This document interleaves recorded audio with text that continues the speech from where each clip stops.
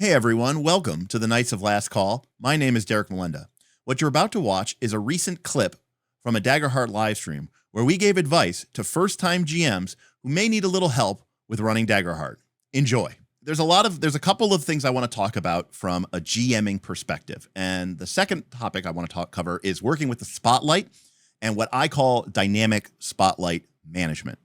This is where I am going to break with the Daggerheart folks a little bit. And I believe that you are going to be better served. Your game is going to be better served. And I think your players, especially new players, are going to be better served if you use the following guidelines for managing the spotlight. So the first thing to realize is the spotlight is not really the same thing as a turn. You know, we think of the turn in D&D as being very, very discrete. Okay, which is, my turn starts, my turn ends, and nothing in between. I don't think of the spotlight in that way. I think of the spotlight as more of who is controlling the narrative at this moment. It's very like, I've got the conch, right? If you've ever read Lord of the Flies, you are sort of controlling the action, and that can change. The camera is on you. It's your time to make a quippy one-liner. It's your time to do some sort of dramatic, cool Avenger-style move. But ultimately, that camera is going to shift. Now, in the normal Daggerheart game, the way that the spotlight rules work is written very discreetly. And I think some people have taken this too literally, where the players have the spotlight, they pass it between them, until somebody rolls with fear or fails a roll, or the GM spends a fear. And I've seen a lot of people write it just like that. I've seen that in Reddit. I've seen that in examples, even on the internet, even on YouTube, I should say. For starters, that is patently not the case.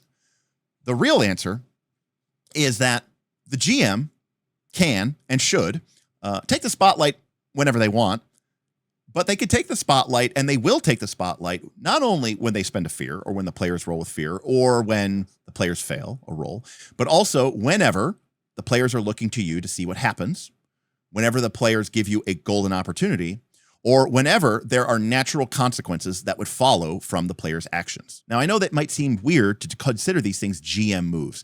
The term GM move is an old PBTA framework, but really what it means is the GM is telling you what's happening and what is going on. My core belief is that as the director of this story, the GM can do a lot better of a job of sending the spotlight to where it needs to be.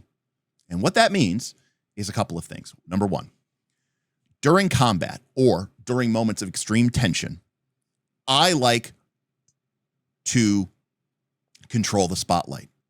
I view giving the players the opportunity to sort of decide amongst themselves who should do what is almost more of like an indication that we aren't in a very tense situation, that we have a lot of time. You could think of it as in character and out of character. We have time to sort of discuss our options and figure out what the best move is and all these other factors, okay?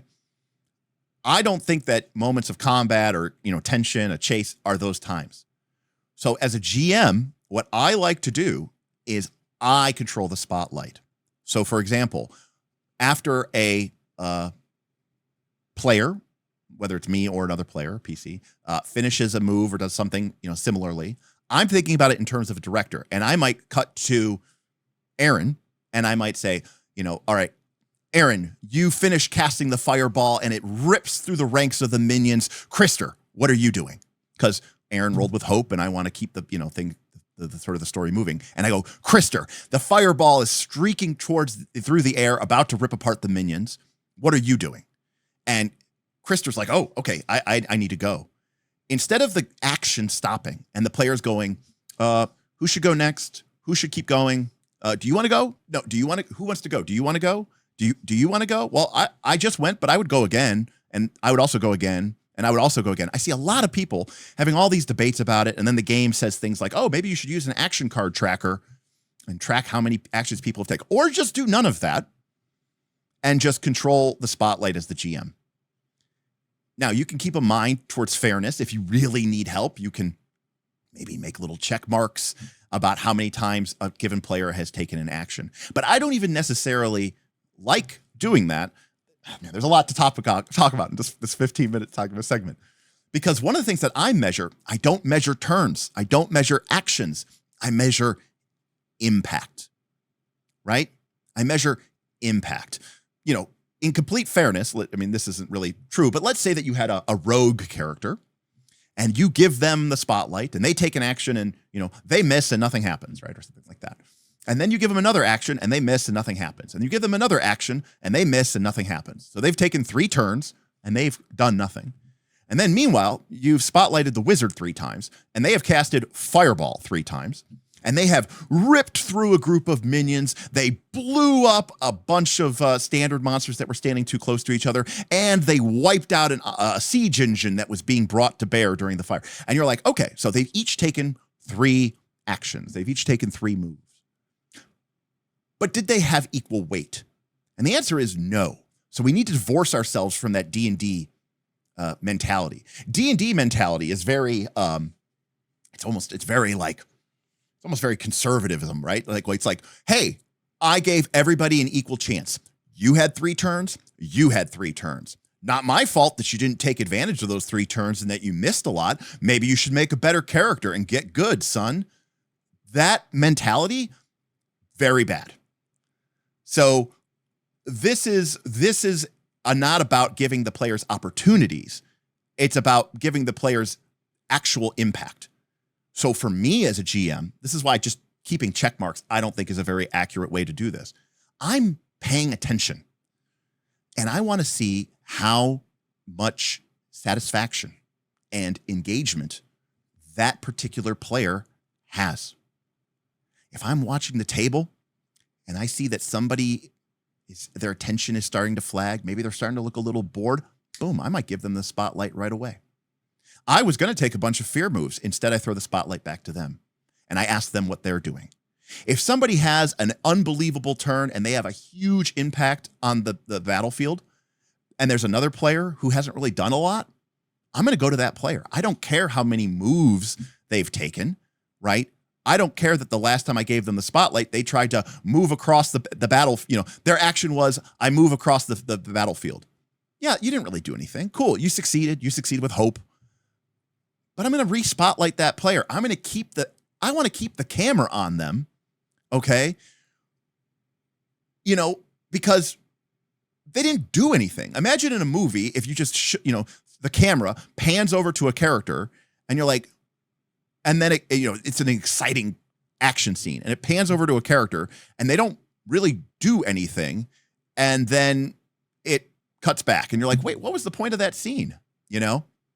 So I think it's really important to realize that you need to sort of manage the spotlight and take advantage of that. And it makes it feel much more punchy, and yes, you are entrusting the GM to have control. Now, as I've said before, you can use this as a lever. Let's say the enemies are on their back foot. Maybe they're starting to fall back. And the players, you could even think of it in the fiction, right? The players are kind of, they almost have a moment to take a breather. They kind of like Avengers Assembled, they kind of have landed, on the hill, to me, my X-Men. And they actually have a brief moment to sort of do like that scene in the first Avengers movie where they're in the middle of a combat, but they kind of regroup and, Captain America calls out the things, Hawkeye, call out strays, Stark, blasted or turned to ash, Hulk, smash, right? In that world, the Avengers have sort of gained the initiative. They've gained the momentum. And now as a GM, I might turn to the player group and kind of give them in game and out of game a moment to sort of strategize and table talk. And it'll feel like, okay, we have a breather here. We have a moment to discuss. It's not as hectic. It's not as panicked. We can actually kind of think about our strategy a little bit. Okay. And then we can press into it. But if you run, we have Elia in chat who says, if you run Spotlight by committee, I promise you combat is going to slow down and it's going to be a horrible, terrible grind. It's one of the reasons I don't like some of the popcorn initiative systems where it's like, oh, the players will decide who goes next. That's great in theory, but it tends to lead to a lot of consensus. So as a result of that, I think that's really important. But the other thing that's really important is, as a GM, when you're managing that spotlight, realize that just because it's a player's turn doesn't mean that you can't interrupt them and ask another player what they're doing. So another thing that I do with my spotlight management is I kind of do what I will call half activations, where I might give the term, give the spotlight to Elia, and I say, Elia, what are you doing? And Elia says, I'm going to move forward and I'm going to cast Fireball, and I'm going to rip in through those ranks of minions. Now, normally the spotlight would stay on her, and we would resolve her duality roll, and we would see what result it got: fear, hope, success, whatever. Then we would proceed to the next player. That's the way that standard D&D terms. But we don't have to think like that anymore because there's no initiative order.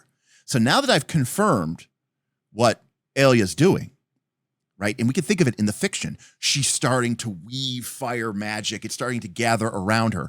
I can then whip pan, and I can cut to, Zen Bullet. And I can say, Zen, Elia's beginning to draw fire into herself to cast a fireball on those minions. What are you doing while she's doing that?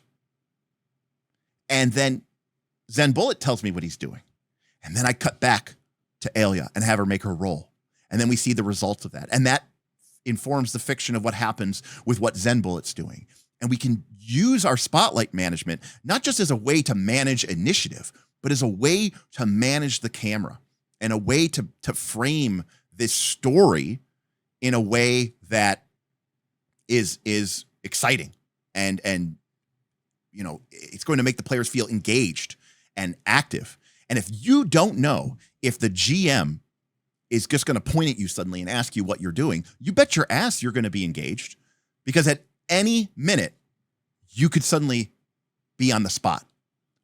And that means you need to pay attention, and that means you need to be engaged. So, as the spotlight, sure, it's your turn, but it's more of like your moment to make an impact. And as a GM, during very intense scenes where I want to keep the pacing fast and furious, where I want to make uncertainty a part of the attention, a part of the feeling of the scene, I tend to manage the spotlight. So that doesn't mean necessarily that the player should have no impact on it, but it should be something that they earn in those scenes rather than, have to fight for it and sort of, advocate on behalf of the players. Now, some player groups, they may be totally fine, and they might say, oh, I do this thing, and then, oh, you go next, and you go next, and you go next. That's fine, but also realize something. Every time a player finishes a move, this is the last thing I'm going to say about dynamic spotlight movement. I promise you, every time that a player finishes a move, even if they roll success with hope, even if they roll a critical success, per the rules of the game, the spotlight stays with the players. It doesn't go to the GM. And then the next player goes. That's wrong. I promise you, after a player completes their action, I promise you, they are going to look to you to see what happens, because they're going to want to know, did the monsters, did it die? Did the bridge I shot a fireball at blow up? They are going to look to you to see what happens. And that means, almost by definition, every time the players do anything, even if they succeed with hope, even if they critically hit, they're going to look to you to see what happens, which means you can make a GM move. So again, you can make a GM move whenever you want. But what I'm saying is the world in which the spotlight stays with the players continuously doesn't exist.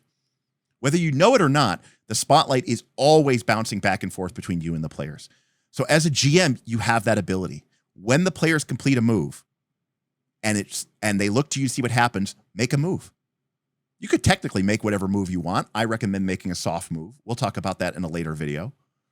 But ultimately, your job is to update and reinforce and change the fiction, and then push the spotlight back. So again, even in a world where you're following, quote unquote, the rules, I promise you, the spotlight is bouncing around a lot more than you think it is. And as a result, the game, especially your combats, which is an important part of Daggerheart, it doesn't, it's very honest about that, will feel way more dynamic. And it's going to feel much more like an action movie. and it's going to feel a lot more high-paced, tension-filled, and dramatic. And in this game, that is definitely what we want to accomplish.